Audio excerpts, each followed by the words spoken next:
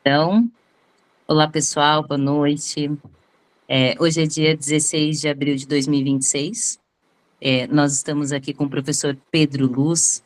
O professor Pedro, ele é escritor, ele é antropólogo, etnobotânico, ele estuda o uso ameríndio das plantas sagradas desde 1985. É uma honra ter o senhor aqui, né, nos trazendo tanto conhecimento, tanta experiência e nos dando aí novos caminhos para que nós possamos também trilhar essa parte, né, das plantas, esse estudo do conhecimento das plantas, né, na parte teórica também. Então, professor, gratidão pela sua presença. Saulo, muito gratidão também pela todo o trabalho que você vem desenvolvendo nesse comitê acadêmico, junto a esses mestres, esses docentes. Então, ressaltando aqui que tudo isso não seria possível sem a presença do voluntário Saulo, está desenvolvendo um trabalho incrível com a gente. Então, gratidão. Vamos ouvir então Pedro Luz trazendo aí a segunda parte desse lindo estudo que a gente começou em abril, aqui de 2026. Boa noite, pessoal. Agradeço a vocês estarem aqui presentes.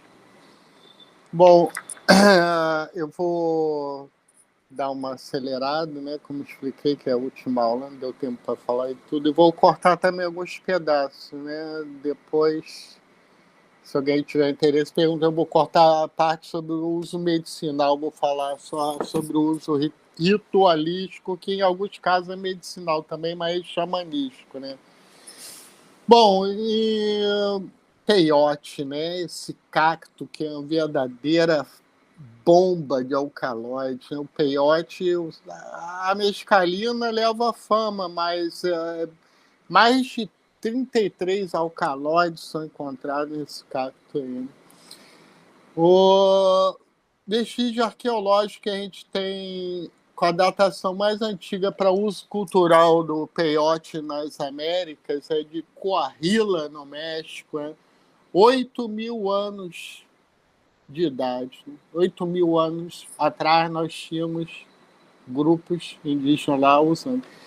E entre 1.000 e 1.200 anos atrás, nessa mesma região, nós temos um sepultamento completo, né?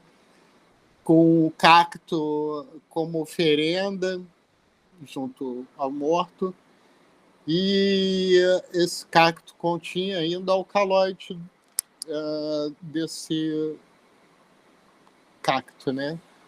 Então você vê, há 8.000 anos atrás até 1.200 anos atrás é uma grande continuidade histórica, né? Outros sítios arqueológicos no México, na região no México, não, desculpa, no Texas, Zewa, em Transpecos, né? Também apresentam o peiote associado a nós seres humanos, no caso lá, povos indígenas, né, da região, com datação de 6.000 anos atrás, né? No Nordeste do México, nós também temos sítios arqueológicos aí com datação de entre 2.500 a 3.000 anos atrás, com a prova definitiva do uso cultural dessa espécie. O primeiro registro histórico nos chega do século XVI, nosso amigo referido na última aula, Frei Bernardo de Sahagún, que, com base no relato dos informantes nativos que trabalhavam com ele estimou que o uso do peiote teria 1.890 anos de idade entre os Xiximeca e os Tolteca, né? Com base em relatos orais, tradição que chegou até ele, ele fez essa estimativa aí. Em 1591, Sahagún relata que os Xiximeca ainda faziam uso, né? Ingeriam peiote e, com isso, eles, palavras do Sahagún aí, nosso amigo, entre aspas, perdem os sentidos, têm visões assustadoras ou risíveis e tornam-se capazes de prever o futuro, fecha aspas, né? Isso aí revela o caráter divinatório, né, que tinha o consumo desse cacto entre esse povo aí. Sarragun também nos informa que o Chichimeca afirmava que eles podiam passar sem comer, sem beber, sem sentir medo nos combates nos quais eles se empenhavam, ao ingerir o peiote antes de partirem para suas expedições guerreiras. Mais do que isso, peiote protegeria eles na batalha também, né? Século XVI ainda, aquele nosso amigo também, falamos dele na última aula, Francisco Hernandes de Toledo, que era médico pessoal do rei espanhol na época, vem para o Novo Mundo e também ele descreve o uso do peiote, como ele era médico, aí com interesse mais medicinal. No começo da fala seria isso, mas eu estou cortando para ir mais depressa. Então, ele fala aí sobre uso anestésico em uso tópico, né? Em aplicação tópica, o uso anestésico, né? Também fala do uso do cacto na divinação, né? Nos sistemas de adivinhação locais, afirmando que quem ingeria o peiote teria o dom de ver de antemão e prever acontecimentos futuros e também descobrir quem havia subtraído seus bens. É o mesmo motivo que a gente tinha visto em relação ao Tlitlitzen, a Hipomeia violace, né? No século XVII, século XVII, aí, em Nayarit, no México, um missionário espanhol descreve o uso ritual do peiote entre os Cora, né? Povo que usa até hoje o peiote, como a gente vai ver mais para frente.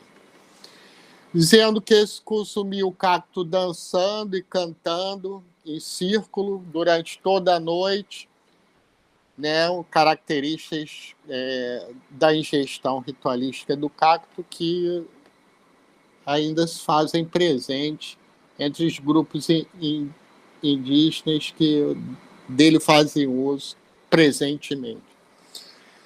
Até o século XVIII, aí, né, a Igreja Católica esteve muito empenhada em perseguir e suprimir os rituais nativos que implicavam na ingestão do peiote, né? Quando a gente falou sobre o cogumelo psilocibínico, a gente viu o porquê, né? Bom, viam no peiote uma ameaça à fé cristã e uma artimanha do diabo. A grande questão era essa, porque era um sacramento que permitia a visão da divindade desses povos indígenas, mas para os espanhóis, os padres missionários católicos, na verdade, o diabo que tinha enganado eles, fazendo parecer algo parecido com a verdadeira fé, né? Mas é aquele negócio que eu falei, o sacramento dos padres era placebo, né? Enfim. Mas o uso persistiu, né? Os povos indígenas que habitavam a montanha, aí, que eram mais isolados, continuaram a fazer uso do cacto, apesar de toda essa perseguição aí, que foi intensa, Inquisição, aquela pacote completo aí do colonizador na sua guerra cultural contra o pensamento indígena, né? E esses povos das serras mexicanas preservaram esse uso e até hoje fazem uso. São os Uxol, Tarahumara e os Cora, que a gente falou há pouco. Então, os Uxol têm toda uma ritualística muito elaborada em relação ao consumo do peiote, né? Isso aí foi já bem estudado por antropólogos, tem também eles próprios seus registros disso aí, né? Então, essa peregrinação podia durar até 4 meses. Durante 4 meses, todo esse tempo da vida era dedicado a procurar o peiote, jejuar para comungar o peiote, coletar o peiote e usar o peiote. Essas peregrinações se deslocavam distâncias grandes, uma região desértica, semidesértica, certo? Hoje, a maior parte do percurso já é coberto por estradas motorizadas, facilitou bastante aí a vida do nosso amigo Sul, né? Então, essa região onde o peiote ocorre é chamada de Viricuta, né? Que é a região dos ancestrais, e lá onde mora o peiote, que é identificado com Tateuare, que é o avô fogo, né? O avô fogo, Tateuare, divindade máxima, é o próprio peiote e manifesta a vontade dos deuses, a vontade divina para o ser humano através das visões que ele provoca, ok? E existe uma entidade que é o servo sagrado Kaiumari, servo, né? Servo sagrado, viado sagrado, figura importantíssima aí no panteão, no simbolismo. O show associado ao peiote, né? E durante essa peregrinação aí se guarda silêncio, se faz penitência, jejuns, se entoam cantos sagrados. Antes de você entrar na área onde está o peiote, você faz um ritual onde todo mundo confessa as merdas que fez o ano inteiro. E aí, uma parte importante é uma coisa que eu tinha falado em relação a outra planta, agora não me lembro, que também está aí nisso, que é eles confessam. Eles pegavam uma corda, o cara pegava a corda, passava a corda em roda, cada um que pegava a corda na vez dele, dava um nó por cada vez que tinha pego alguma mulher de algum outro ali presente, né? E falava, olha, eu botei chifre em tu com a tua mulher, dava um nozinho. Agora eu botei chifre em tu também, ainda mais um nozinho. Aí no final, a corda estava toda cheia de nó, né? Vai saber. Eles queimavam essa corda no fogo. Pronto, zerou todo mundo. Agora a gente vai usar o peiote, então só com o coração lavado pelo perdão que a gente pode fazer isso. E vamos que vamos. Não podia guardar a mágoa do chifre, né? A política era essa. E aí o ritual de coleta super elaborado, eles flecham o peiote com as flechas que estão ali. Não o peiote, as flechas têm que cair em 3, cobrindo o peiote. É um negócio bem incrível mesmo. Aí, mesma noite que encontraram, já se consome o cacto fresco, né? E canta e dança durante 3 dias e noites seguidas, né? Aí e coletando o cacto e mascando o cacto e cantando e dançando. E depois de 3 dias desse rito, eles estão com os cestos cheios de peiote, retomam então as suas aldeias de origem, secam esse cacto e esse cacto sempre vai ser usado aí o resto do ano por esse povo aí, né? Eles vão usar como remédio em rituais sagrados, de cura, tudo isso. Os Tarahumara, que é outro grupo que usa o peiote, são conhecidos por serem os melhores corredores de longa distância aí, né? Você tem a heroína Tarahumara aí, indígena corredora que ganha todas as provas de ultramaratona, sacou? Provas de 120 quilômetros. A Tcholita, amigo, vai na frente de todo mundo. Tarahumara, eles têm essa tradição aí, correr descalço, brother, é uma loucura, pelas serras mexicanas. Com a ajuda do peiote, né? E vamos que vamos. Aí o Tarahumara também faz peregrinação, mas ela não é tão elaborada ritualmente como dos Uxó. E fazem os jejuns só quando chegam lá mesmo, na hora de coletar, aí fazem o jejum, né?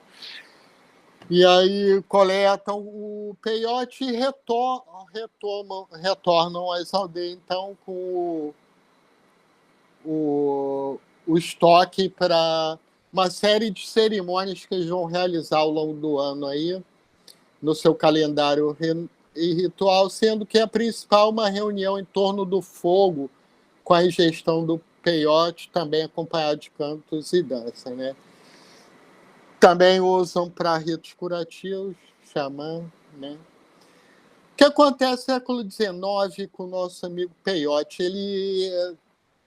Os povos indígenas EUA estavam em situação de reserva reduzida, eles eram deslocados, às vezes, milhares de quilômetros para uma terra lá, botado um monte no lugar. E imagina, né, cara, as condições que eram para esses povos indígenas, né? E no século XIX estava vivendo nessas reservas aí, o peiote, o culto do peiote extrapola as regiões onde ele corria, os limites dos grupos indígenas que faziam uso dele, e começa a se propagar dentro dessas reservas aí, entendeu? E surge, então, um culto sincrético em torno do peiote, equivalendo ele ao sacramento, à hóstia, ao Cristo, né? E falando que, isso que os padres estão falando, daquela hóstia que você come, que é o corpo de Cristo, Deus já tinha dado isso para a gente antes de dar para os brancos, é o peiote, certo? Então, aí 3 povos foram responsáveis pela a propagação desse culto aí,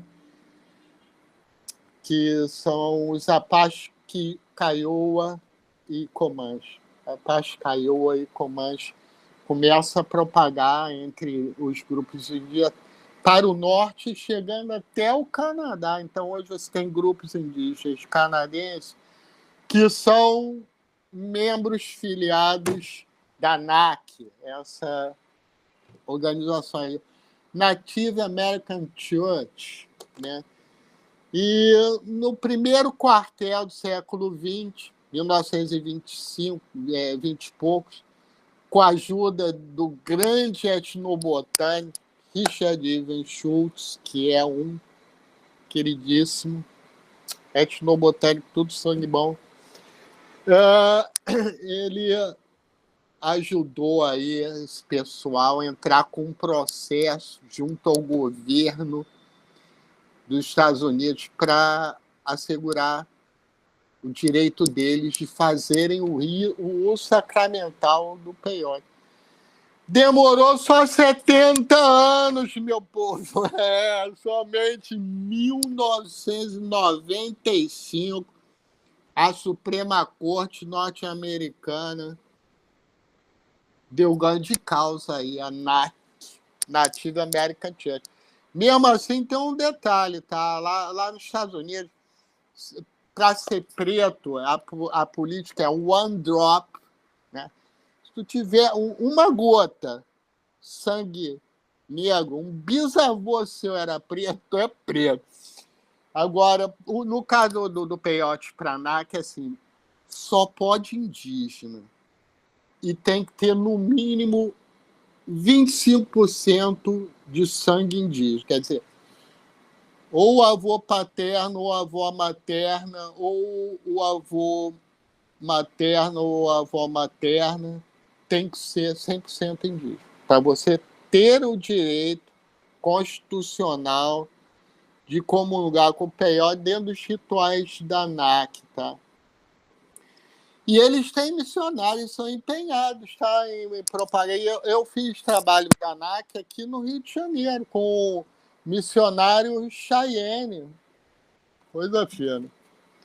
Né? Então, o rito é muito legal da ANAC, né? Tem aquele Sete Lodge, né? No Tipi, muito bacana, lindo, os cantos, as danças. E no final tem uma arrangaceira doce. Isso é legal. Eu sou meio formigão, gostei dessa parte também. Aí o São Pedro, né? O São Pedro, ó. Sim, o peiote era o Lophophora williams, o nome científico dele. E o São Pedro, o nome científico dele é Echinopsis pachanoi. Antes Trichocérios pachanoi. Foi classificado. Mas tem... Botânico nunca se entende, né? Tem uns que defendem Trichocérios, outros que defendem Echinopsis. A questão está aberta. Bom, São Pedro. O Axuma, o nome diz. O Axuma quer dizer o vento das quatro direções. Algo assim. Bom, a evidência arqueológica que a gente tem mais antiga aí do uso ritualístico do São Pedro é uma gravação em pedra, né, no templo da cultura Chavin, que data em 3.300 anos. Também em Chavin, com 3.000 anos, nós temos um vaso de cerâmica com a imagem do cacto associada a uma onça, o jaguar, né? Que é o animal xamânico por excelência em toda a América do Sul. Essa cultura chavinha aí, ela realizava ritos com o São Pedro e uma planta que a gente vai falar daqui a pouco, que é a Nandedantera colubrina, ok? E é um complexo de templo, um complexo arquitetônico riquíssimo em arte, e todo planejado arquitetonicamente. E isso aí vocês podem saber que implica em altos cálculos de acústica, de luz, tá ligado? É super sofisticado, é isso que eu estou dizendo. Tá? Onde eles usavam o cacto e usavam o paricá de angico, era tudo feito para maximizar a experiência visionária. Tá? Era um sistema de circulação de águas que você, o tempo todo um barulho, um eco. Enfim, mano, era um negócio top demais, certo? Era onde a elite intelectual desse império aí ia para ter certeza da sua cosmologia, ver aquilo que o seu povo acreditava, entendeu? E, no Peru também nós temos outras cerâmicas aí datadas entre 3.000 a 2.700 anos, que representam esse cacto aí, nosso amigo São Pedro, associado a animais como o veado, o beija-flor, que são animais igualmente divinizados por diversas culturas ameríndias, né? E algumas centenas de anos depois, né, dessa data aí que eu te dei, 2.700 atrás, esses povos aí começaram a fazer cerâmicas com as representações geométricas espiraladas e de forma estilizada, que eram as ilustrações das visões que o cacto suscitava. Lembra o que eu falei sobre isso na última aula, certo? Que tem um fenômeno que chama visões entópicas, que é comum à reação química do cérebro normal, todo mundo vai ver aí, mas cada povo é imbuído de significado simbólico diferente. Então, num povo, a espiral vai representar o infinito, no outro, a espiral vai representar o céu, enfim, né? Bom, na costa do sul do Peru, aí nós encontramos grande cerâmica da cultura nazca, aquela famosa pelos, né, desenhos no chão. Tem um nome técnico isso aí da arqueologia, mas tá me faltando agora. Né? Eles cavam trincheiras no chão e esse padrão você só pode ver de uma certa altura. Né? Então, esse povo aí, os Nazca, usavam São Pedro. Né? De 2100 a 1500 anos atrás, eles representavam o Axuma na sua arte. Né? Desde o começo das civilizações andinas, né, o São Pedro estava na formação do xamanismo nessa região geográfica aí, né? Tanto usado como sacramento, como também remédio. Eu falei para vocês que, às vezes, a planta psicoativa pode usar como remédio sacramento, aí o pajé vai usar para ver o que está acontecendo. E, às vezes, é usado como remédio farmacinha da vovó, né? Remédio do dia a dia. O São Pedro tem esses dois usos. Quando os espanhóis chegam na América do Sul, encontram esse cacto aí sendo usado média de cabo a rabo, né? Então, as autoridades eclesiais também não ficaram nada satisfeitas com isso aí, esse negócio de estar tendo visão, coisa do demônio, né? O padre falava. E os cronistas dessa época, aí, os cronistas colonizadores aí, que fizeram o primeiro registro histórico, né? Relatavam que a ingestão da bebida de São Pedro provocava visões que os indígenas tinham por verdadeiras. Isso é um motivo universal aí, essa questão da realidade última da visão, né? Não é uma alucinação, não é outro plano. Não, isso é a realidade, isso aí é o que é.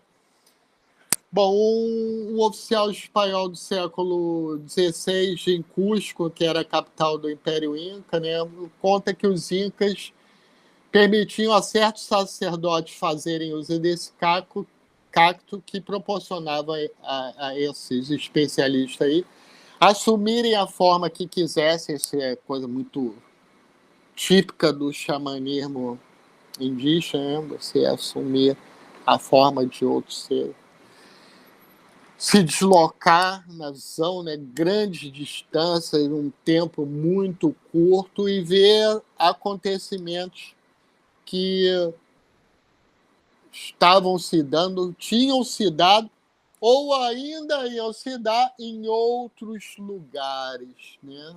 E também receber instruções aí de suas divindades.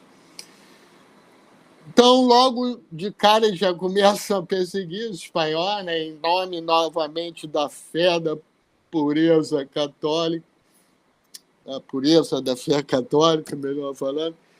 Mas essa repressão não logrou muito êxito, não, porque o uso do cacto vem até hoje aí, embora hoje em dia fortemente revestido de um caráter sincrético com elementos do cristianismo e da feitiçaria e bruxaria ibérica, ok? Tendo incorporado muitos elementos dessas matrizes culturais aí. O próprio nome, que é conhecido hoje, São Pedro, né, demonstra a influência do cristianismo, porque assim como esse cacto abre a visão do céu, São Pedro tem as chaves do céu, e assim como São Pedro é responsável pelo envio da chuva, né, tem muito isso na crendice popular. Também o cacto era associado à precipitação pluviométrica, né? Era um ente, um ser que você procurava favorecer para ter boa chuva, né? Atualmente, os ditos aí que empregam São Pedro, né, nessa região aí, formam um tipo de curandeirismo andino aí que visa a cura de males físicos, psíquicos e espirituais, né, que afeta essas populações aí, principalmente a questão do olho gordo, né, a inveja, né, você, tá ruim, porque alguém olhou para mim e falou que eu era bonito, aí, pessoa da creca daí para frente. Isso é muito comum aí, entre essas populações. Não só populações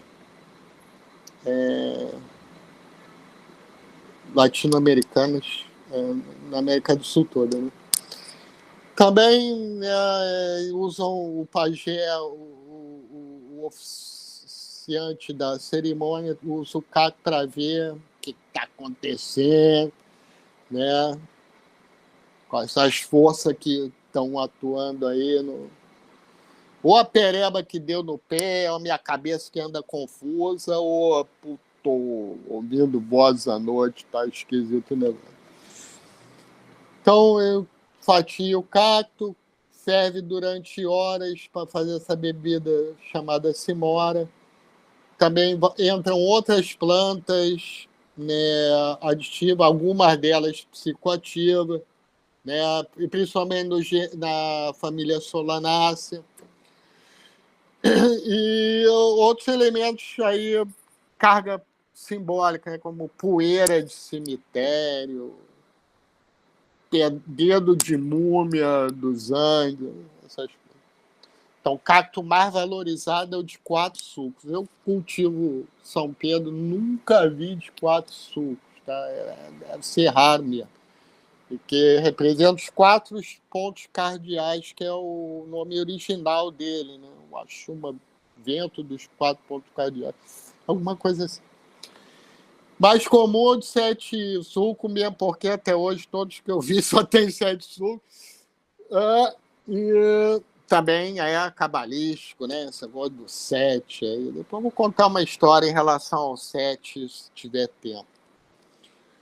Xamãs que preparam a simora, eles de tempos em tempos fazem uma peregrinação para certos pontos que são lagoas sagradas nos Andes, locais de retiro e meditação, onde tem outros especialistas lá, mais antigos ainda, que vão passar mais conhecimento. Aí lá eles jejuam, fazem ritual de purificação e voltam então para continuar sua prática xamânica. Então, o ritual é uma mesa, né, com o lado esquerdo representando as forças do mal, o meio, o centro da mesa é o chamado campo granadeiro, onde reina São Cipriano, que é tudo ligado à questão da bruxaria.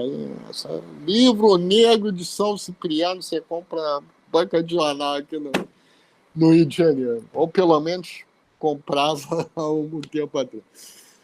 E o campo do lado direito, aí sem os elementos católicos, Jesus, Virgem Maria, aquele negócio todo. Xamã que toma bebida, eventualmente dá para o paciente também, e aí reza, faz aquilo tudo, né? Principalmente maracá. Muito bem, vamos falar no angico, né? O angico é o paricá de angico. São 2 plantas, tá? A Anandenanthera peregrina e a Anandenanthera colubrina, variedade Sebeu. A Anandenanthera peregrina é restrito à região do oeste amazônico. A colubrina tem uma ampla distribuição, tá? Ampla mesmo, vocês vão ver. Muito bem. Há pouco saiu na imprensa, tá?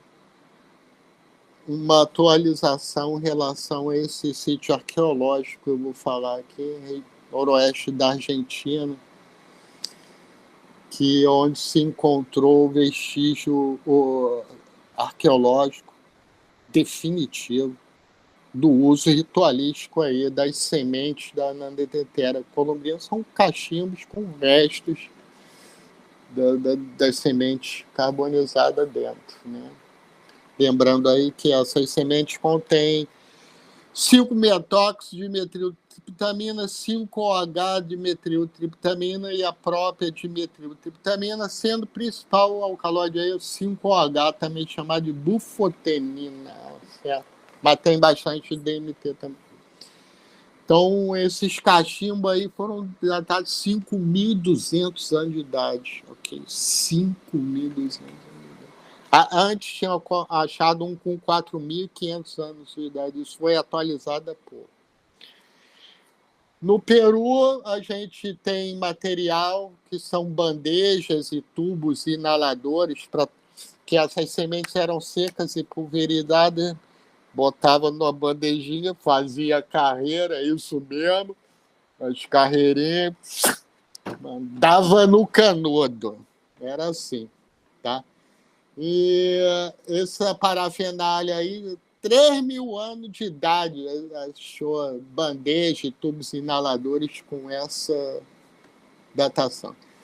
E Tiahuanaco, na Bolívia, outra civilização importantíssima, né? Você encontra objetos associados ao consumo ritual do Paricá, né? Nessa civilização aí, uma das mais antigas dos Andes, né? Que tem a arte, toda a sua arte, fortemente marcada pelas visões suscitadas pelo Paricá de Angico, ok?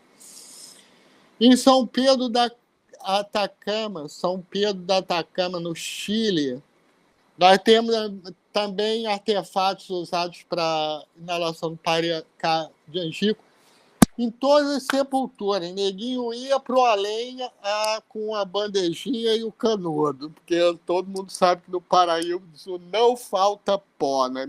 Então, todas as sepulturas aí dessa época, que tem 1.200 anos de idade, os defuntos estão com sua bandejinha e o seu canudo, né? Esse povo também, toda a arte gráfica aí tem motivos, né, representações associadas ao uso desse pó aí poderosíssimo.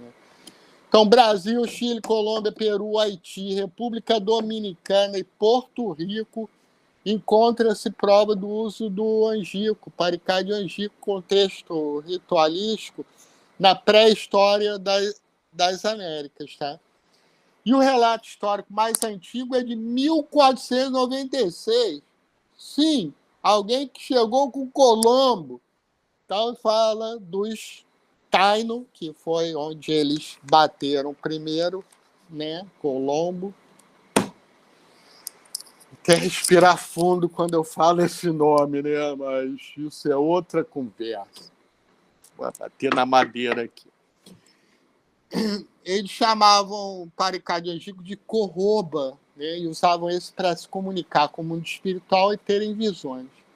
Em 1560, um missionário espanhol na Colômbia descreve o uso por nativos do rio Guaviare do Paricá de Angico, também para terem visões, receberem revelações de suas divindades, né?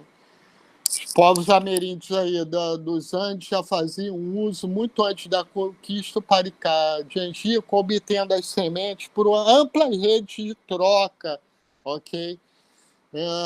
Um exemplo eram os muiscas, né, do Andes colombiano, que inalavam o Paricá de Angico para verem o futuro. Tradicionalmente, os guarribo usavam o Paricá diariamente como estimulante, enquanto que os xamãs faziam uso desse cerimonialmente para induzir transes e visões e entrar em comunicação com uma certa classe de espíritos aí, que os ajudavam a divinizarem, né? Profetizarem, divinizarem, adivinhar o futuro, né? Tudo bem. e proteger o grupo, né, a comunidade de doenças, e aumentar o sucesso na caça, toda aquela temática aí, bem típica, característica do pensamento. Em 1741 tem um missionário jesuíta trabalhando ali na região do Orinoco, que fala que os otomaques cheiravam paricado angico antes de partir em expedições guerreiras, com o fim de provocarem um frenesi, uma fúria assassina em si contra os inimigos. A gente vê já isso aí no caso, né, hoje do peiote, e não é restrito às Américas isso, né? Por exemplo, os vikings usavam a manita muscária para entrar no estado de berserk, um estado de fúria guerreira, que podia fatiar o cara na espada e ele continuava a luta. Mas não era todo mundo, enfim, só pessoas específicas do clã, mas eu já estou viajando aqui. Vamos voltar aí. Nosso amigo que os otomaques que tiravam paricá para sair para porrada. Bora! No começo do século XIX, von Humboldt, né? Grande naturalista aí, von Humboldt, dá até nome a fenômeno geográfico e tudo. Ele descreve o preparo e o uso do paricá entre os Maipure e do Orinoco. Pouco depois, nosso queridíssimo Spruce. Quem estuda ayahuasca aí já ouviu o nome desse nosso amigo aí, Spruce. Foi o naturalista que deu nome ao cipó. Valabar Stereopsis cap, Spruce ex grisebe, nosso amigo Spruce aí fez etnografia, primeiras etnografias do uso da ayahuasca, tudo isso. Também aí dos índios Guaíbo, nosso amigo Spruce descreve o uso do paricá do angico. Entre os Huaycá do Alto Orinoco, também se usa o paricá de angico para ver os desígnios dos grandes espíritos, né? Os Carimé identificam o pó com os seus deuses e dizem que inalá-lo é adquirir parte das virtudes desse espírito divino, poderoso, que dá ao xamã, né, contato com outros seres espirituais.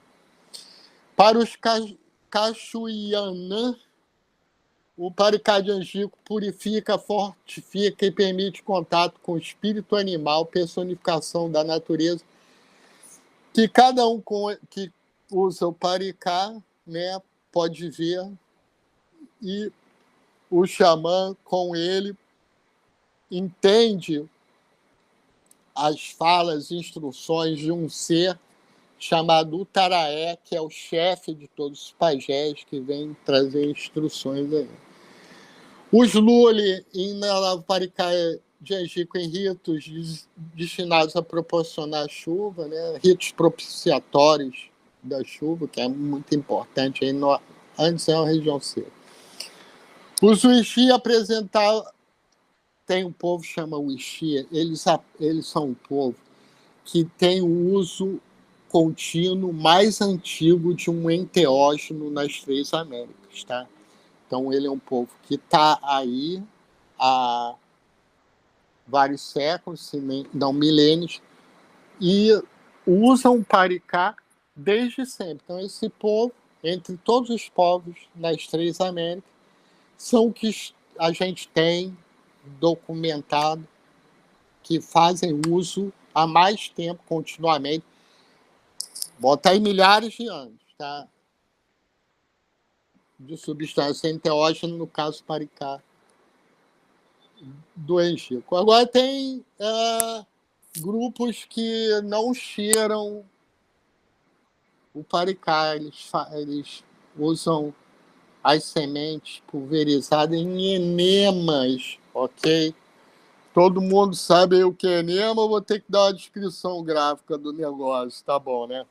Ok, então esses povos aí são o Catawiche, né, os Caripuna, os Mura, os Omágua e os Maué.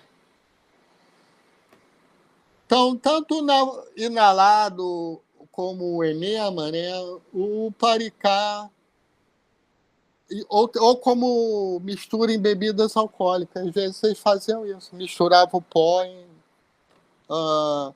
bebida fermentada, né, o caxiri. Era amplamente disseminada entre os povos ameríndios, né? Temos registro aí para os Quicho, Apiro, Xiriguano, Iabuti, Cunza, Comexingon, Diaguita, Lentiaque, Milcaiaque, Mauaca, Oclóia, Vilela, Guarani, Maipuri, Otomaco, Tucano, Iecuana, Ciguaio, Iguinere, Xixiba, Guani, Late, Orcote, Tecoa, Tuneba, Oxágua, Caberre, Cocaima, Piapoco, Arecana, Havane, Baniua, Baré, Carutana, Tariana, Puinave, Rúpida, que é o que eu estudei, e Munduruku, entre muitos outros, tá? Isso aí foi só para vocês verem que a galera usa, né? Como eu falei, o uso é amplamente disseminado em uma região geográfica muito ampla. Então, vamos falar agora do paricá de virola. Virola é a Nandenanthera é uma leguminosa, uma árvore, não atinge grandes alturas, 15 metros, 20 metros, talvez. Já a virola, não, é a árvore que dá à beira de rio, igarapé, igapó, né? Sempre perto d'água. Você não vai ver ela no terra firme, não. Aí é 25, 30, 35, talvez. Uma árvore majestosa, virola, né? Então, desde tempos imemoriais, grupos indígenas do Valpés colombiano, da bacia do Alto Valpés, Alto Rio Negro e Orinoco, na Venezuela, sempre dentro do contexto de xamanismo para diagnóstico, cura de males físicos, espirituais, profecia, divinação, para entrar em contato com o mundo espiritual, e os seres que lá habitam faziam uso do paricá de virola. A importância que tem essa árvore nos mitos e nas práticas mágico-religiosas dessa população aí é prova da profundidade temporal do uso dessa substância nessa região. Tá? Para os tucanos, povos indígenas de língua tucano, principalmente os tucano próprio, o paricá de virola é o sêmen do sol, né? Chamado virromacê. Esse ser virromacê, né? Que tem a existência, manifestação física material aqui na forma do pó, é o sêmen do sol, e ele é uma pessoa que vaga pela Via Láctea. A Via Láctea é super importante na cosmologia tucano, né? Mas se eu for começar a falar sobre isso aí, eu não termino hoje. E o nosso amigo Virromacê aí, ele que cuida aí dos afazeres da humanidade, da ocorrência dos animais na floresta, do bem-estar de todos os seres da floresta, né? E só com a ajuda dele, o Virromacê, que o xamã pode então entrar em contato com as forças espirituais que regem o nosso destino, né? E esse pó aí, paricá de virola, é a ferramenta mais importante que esse especialista tem no seu arsenal aí, para trazer equilíbrio a essas forças aí, né, que estão em jogo aí na saúde e bem-estar da sua comunidade, né? Então, comungar com o Viromacê, inalar esse pó aí, é se imbuir da força, do poder criador do sol, né? E iluminar o lado oculto da vida, que é o lado espiritual, né? Abre a visão do lado espiritual. Para os Dessano, que são um povo também de língua tucano, né? O Paricá de Virola é importantíssimo aí nos ritos de iniciação masculina.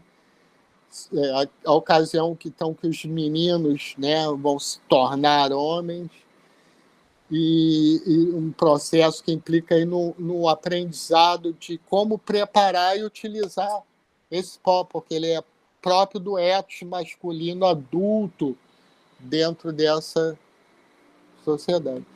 Tirando essa ocasião aí, o rito iniciatório masculino, os pajés Dessano, eles usam Paricá de Virola, que é o atributo deles por excelência, para diagnosticar os problemas que regem o grupo. Né?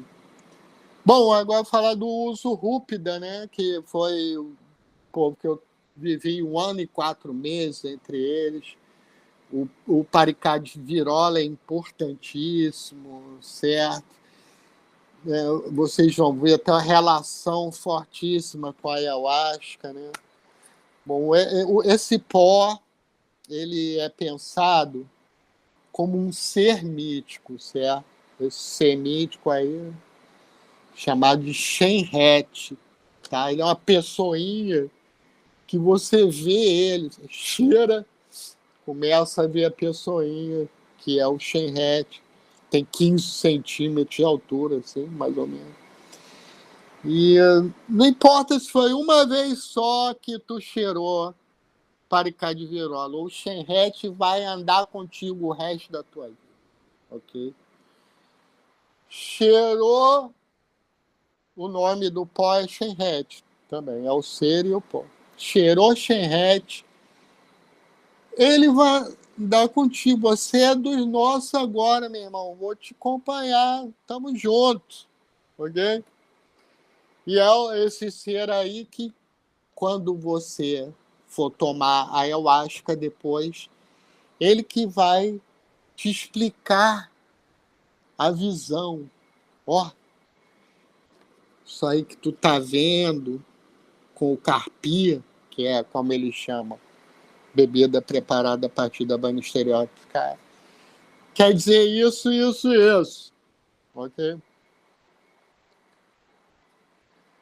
Então, é uma condição sine qua non para você ser xamã, você cheirar o xeré.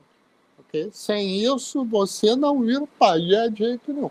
Mas para cheirar o xerrete, você tem que fazer eu tive que fazer todo um preparo, uma dieta rigorosa.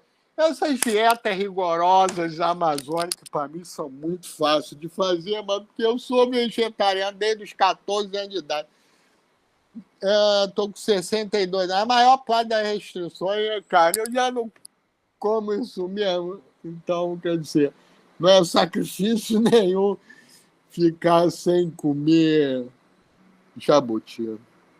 Sei nem se é gostoso jabuti. Vai ver se eu experimentasse, eu ia sentir falta de comer jabuti na dieta. Mas não tem comida, dá tudo certo. Porque eu não como bicho nenhum, meu Deus do céu. Você é louco. E, bom, eu fiz a dieta do Shenhet aí, tudo certo. Incrível, isso é uma coisa que eu tenho que falar, assim, porque os Rúpidas eram muito interessados em tudo que eu sonhava, tudo as visões que eu tinha. Eu acordava de manhã, abria o olho, estava o pajé de braço cruzado me olhando, assim. O que tu sonhou? Depois falo bom dia, né? Não vou me alongar, mas...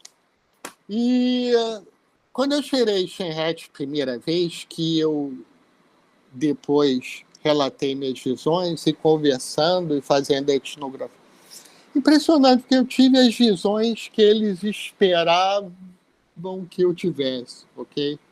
Então, eu vi aquilo que eles veem e que esperavam que eu fosse ver. Não sei por que deu certo lá a magia do Shenhet.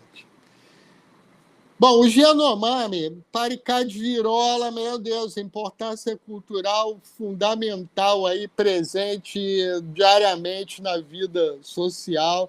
Nenhum outro povo deu um uso tão intenso, tão disseminado ao Paricá-de-Virola, que eles chamam de Epená, como os Yanomami, né?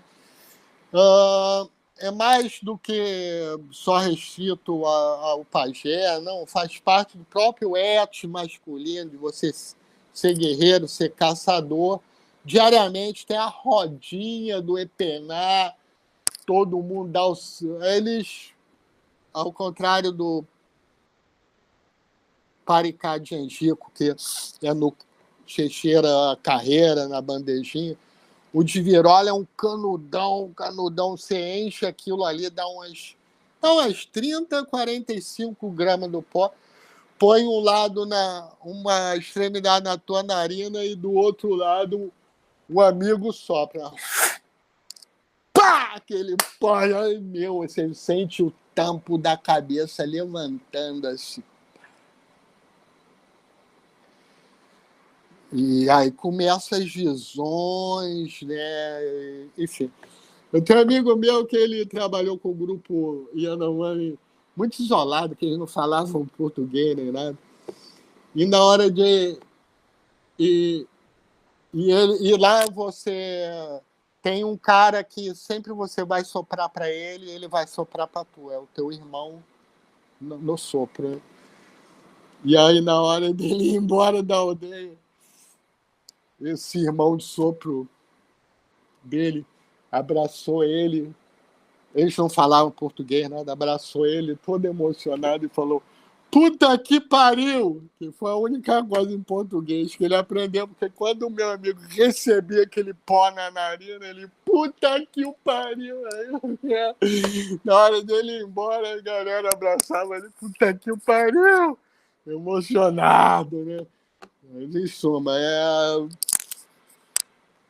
a época que eu trabalhava, o Júpiter é a oeste do Yanomami, e nessa época namorava uma mina que trabalhava com os Yanomami, então tive muita chance de cheirar o Paricá, o Epená, né? Paricá de Virola, Yanomami, que eles veem os Ekuras, são esses seres de luz, né? Que trazem informação, trazem saúde, trazem força, equilíbrio, proteção, né? Para todos esses que estão usando. Agora tem outros povos que não cheiram também, mas também não fazem enemas. Eles fazem bolas da resina, né, que eles ingerem, né? Como o povo também de língua punhave, como os Rúbita, que habitam Piraparaná, na Colômbia, e os Muinani, Bora e Uitoto, né? Esses grupos ingerem essas bolas cheias de resina de virola para verem seres espirituais do seu panteão aí e obterem os diagnósticos das doenças que afligem. Então, aí, Paricá de Virola, nós temos povos de línguas punhave, como Rúpida e o Rupi, Nadobe, etc. Curipaco, Cubel, Tucano, Dessana, Baraçana, Macuna, Taiwano, Yanomami, Munduruku, Itoto, Bora e outros. Pessoal, já falei 1 hora e ainda falta Jurema, meu camarada. Vocês tinham que ter levantado a plaquinha para mim, né? Mas, em suma, agora seria 1 hora de fala, uns 15 minutos para pergunta. A Jurema, não sei como é que é o saco de vocês, ou à disposição, pode deixar para outro dia. Aí, além da Jurema, eu já boto mais umas para também não arriscar ficar devendo de novo, né? Bom, a Jurema é uma das plantas psicoativas mais importantes emblemáticos. Olha aí nossa amada Jurema, está aí na tela para vocês, estão vendo? Mais importantes e emblemáticas do uso ameríndio de psicoatria, plantas sacramentais, enfim. Só que é muita coisa, tá? Aí o Jurema é muita coisa, não dá para eu... então falar só 5 minutinhos não vai valer a pena. Jurema é a que tem mais coisa para falar de todas essas que eu falei. Mas eu vi que já tem... Além de Jurema, pode botar mais coisa, entendeu? Porque... ou então só Jurema mesmo e eu dou uma caprichada na Jurema. Enfim. Só não quero falar de ayahuasca, que eu não quero passar vergonha, que vocês são todos especialistas no termo. Pessoal, eu vi alguém perguntando, fazendo a pergunta, que não me aparece mais, só aparece... Essa medicina, não sei o que, não sei o que lá. O que estavam perguntando? Era professor. A licença aí da palavra, Paulo. Essa medicina que você citou, ela é similar ao iopo, que é derivado do angico e do paricá? Sim. O iopo é o paricá de angico, certo? Paricá foi da Anandenantera peregrina, Anandenantera colubrina.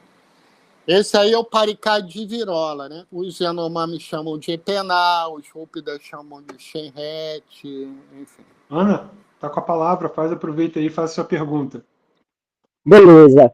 Professor, o senhor é assim uma luz, né? Porque é muita inteligência armazenada dentro de um cérebro só, é incrível. Mas eu gostaria muito de fazer uma pergunta. Se alguma destas plantas que o senhor comentou hoje, se alguma delas é uma medicina que pode ser chamada de mamawilca, porque uma amiga minha, ela tomou essa medicina e ela disse que também ela era cheirada, né, e que ela provocava muitas visões e que foi uma coisa assim super transformadora para ela. Ela falou que demora tipo segundos assim para bater e é miração atrás de miração e o negócio é porradaria. E aí no domingo eu fui numa cerimônia de Juremasca, na verdade, né, com o povo Funiô, e a minha amiga tava com um pouquinho de mamauilca. Só que, putz, já tinha sido depois da cerimônia, a gente já tinha até comido e tal, aí eu falei, não vou misturar as estações, aí eu não quis experimentar. Mas eu queria saber se alguma dessas plantas que o senhor falou hoje é essa mamauilca ou não. Sim, é a Anandenantera colubrina, variedade Cebil, que é conhecido como vilca ou bilca, e aí o mama é por conta da reverência à planta, né? Mama vilca, certo? Demorei para pescar essa aí, que tua pronúncia aí dessa palavra indígena também tá certo. Me desculpa, perdão. Não, eu não sei falar, não. Eu tô brincando, é piada, mano. E o senhor já utilizou essa? Não, galera.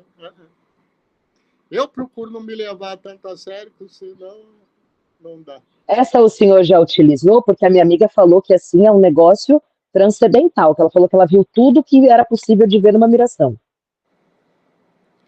É angico, ou a vilca, é incrível mesmo.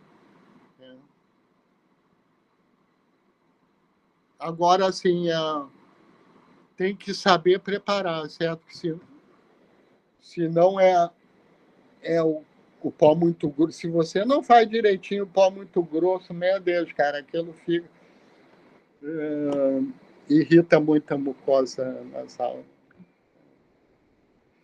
Alguém levantou a mão? Quem levantou a mão? Camila? Fala, Camila.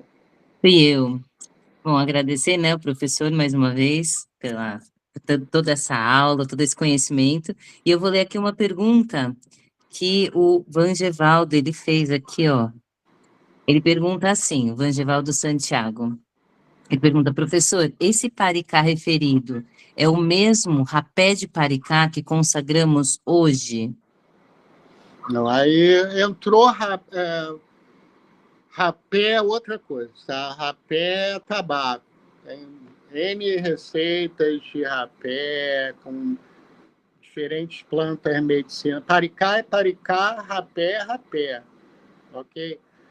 Agora, às vezes você vê pessoas vendendo rapé de paricá. Eu não sei como isso é feito entre os grupos indígenas. Entendi. E pegando, por exemplo, pegando carona na pergunta do Vangevaldo, então, quando a gente fala, por exemplo, as pessoas falam, o rapé de Paricá tem DMT. Então, nós estamos falando assim, Não, tem que a saber o planta que sim está. tem DMT, mas O essa parte que é paricá utilizada no rapé e nesta quantidade não pode ter toda essa oferta de DMT, é isso, professor, ou não? é o que está confundindo as pessoas aí, é juntar rapé e paricá. Tá? Mas assim, paricá é um pó que você inala, certo? E ele é feito várias plantas, não só anadenantera e virola, tá? São várias espécies no gênero virola, eu não cheguei a comentar isso. Mas outras plantas também. Na última aula eu falei de uma que é um cipó, que as pessoas se flagam. Okay. Paricá é um nome genérico para esses pós, tá? Cada povo vai ter o seu nome. Eles contêm alcaloides tipos triptamínicos. DMT, 5-HDMT e 5-metox-DMT. Rapé, que se usa muito aí em contexto CV, as pessoas usam, tem até o aparelhinho, várias coisas para tu inalar. Rapé, aí é tabaco. Tá? A folha do tabaco seca, pulverizar, misturado com outras plantas medicinais e tudo mais, ok? É porque tem um grupo indígena que faz um paricá, porque complica, né? Tem um grupo indígena que faz um paricá muito bom, que inclusive eles comercializam e que eles chamam de rapé. Mas esse não é o do tabaco, esse é virola, acho que eles chamam. Não sei se é virola ou é outra planta. Okay? Também Entendi, agora professor. me falta o grupo indígena, mas Entendi, obrigada pela mais resposta. uma vez agradeço a presença de todos, tá?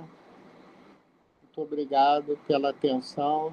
Espero que tenha sido útil, tenha trazido alguma curiosidade para vocês. Ok?